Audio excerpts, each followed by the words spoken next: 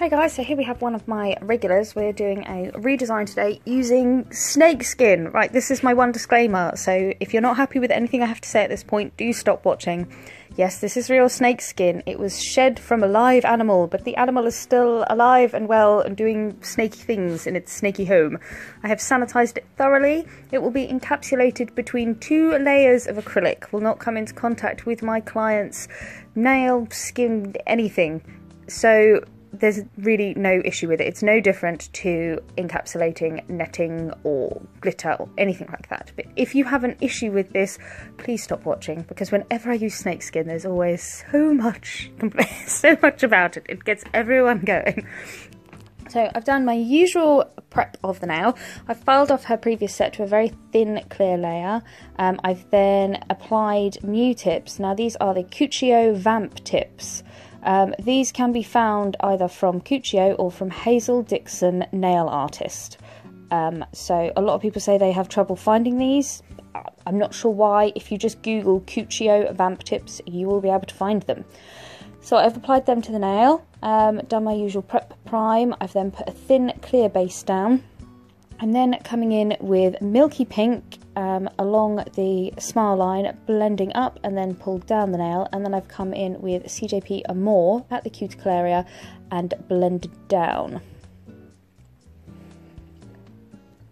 I am then going to cap this ombre in clear acrylic, and now the reason I'm going to cap this is because I've just created a lovely fade and a lovely blend, so I want to cap and protect it so that when I file my nail into shape, I'm not going to cut into that blend and ruin it. And these two colours are so lovely to do an ombre with because they always give such a lovely soft ombre.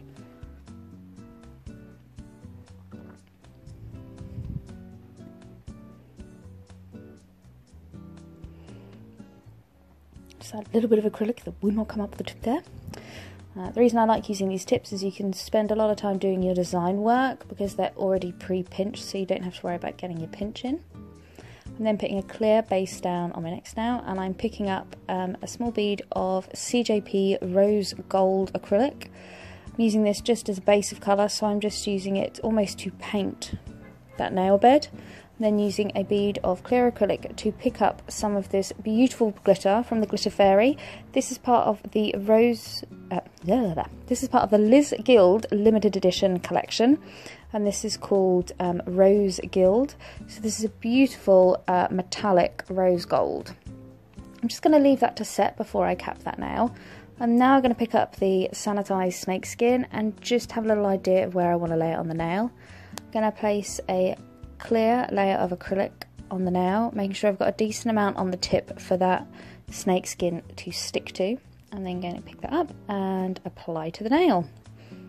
This is actually it's a really easy material.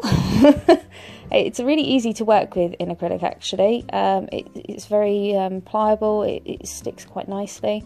I can't remember what type of snake this came from.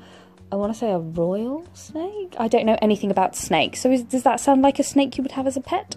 I will have to ask the lady who sent it to me. I basically just put on Facebook, do any of my friends have snakes? And a couple said yes, and I just went, next time they shed, can you post me the skin? I've also got some bearded dragon skin, but that one's going to be difficult because it's quite spiky.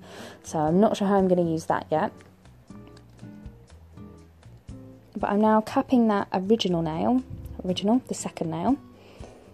I put a bit of glitter at the top of that other nail and down on some of the snake skin there. And I'm just blending down, making sure that all that glitter goes matte so I know it's all fully covered and encapsulated. I'll add a little bit there, make sure I've got the correct apex.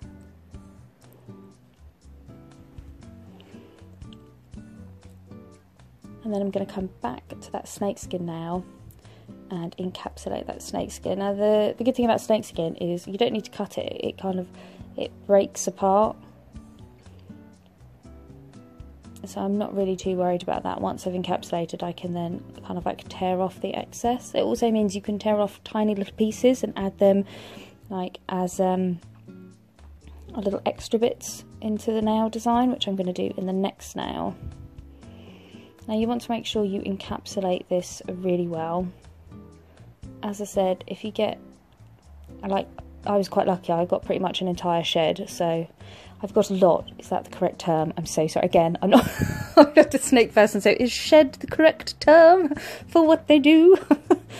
Sorry if you're like a snake enthusiast and I'm getting all the terms wrong. But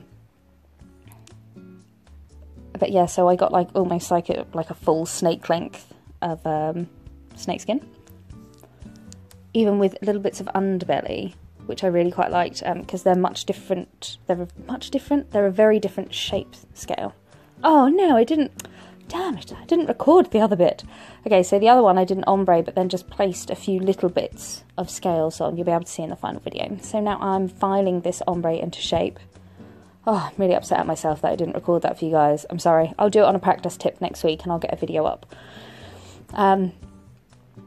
I'm now filing this into place, and as you can see, as I move down the nail, making sure I support that length of nail with my fingers, because anyone who's worn extreme length extensions or, you know, has had them done on themselves, you need to support that nail, because if you don't support that end as you're filing it, it will really hurt. Which is why anyone who does them on themselves will know that pain, because it's really difficult to file your own nails when they're this shape. So making sure I'm having a look at the nails from all directions, working around the entire nail to make sure I'm happy with that shape. And then I'm going to dust them all off, and you can see here what I mean about I just used a small bit of those scales on top of an ombre with a little bit of glitter, and that is actually my favourite nail in this set. So again, I'm really sorry I didn't video that. I will do it on a practice tip, hopefully sometime next week, and then I will share that video for you. And there we have the full snakeskin nail.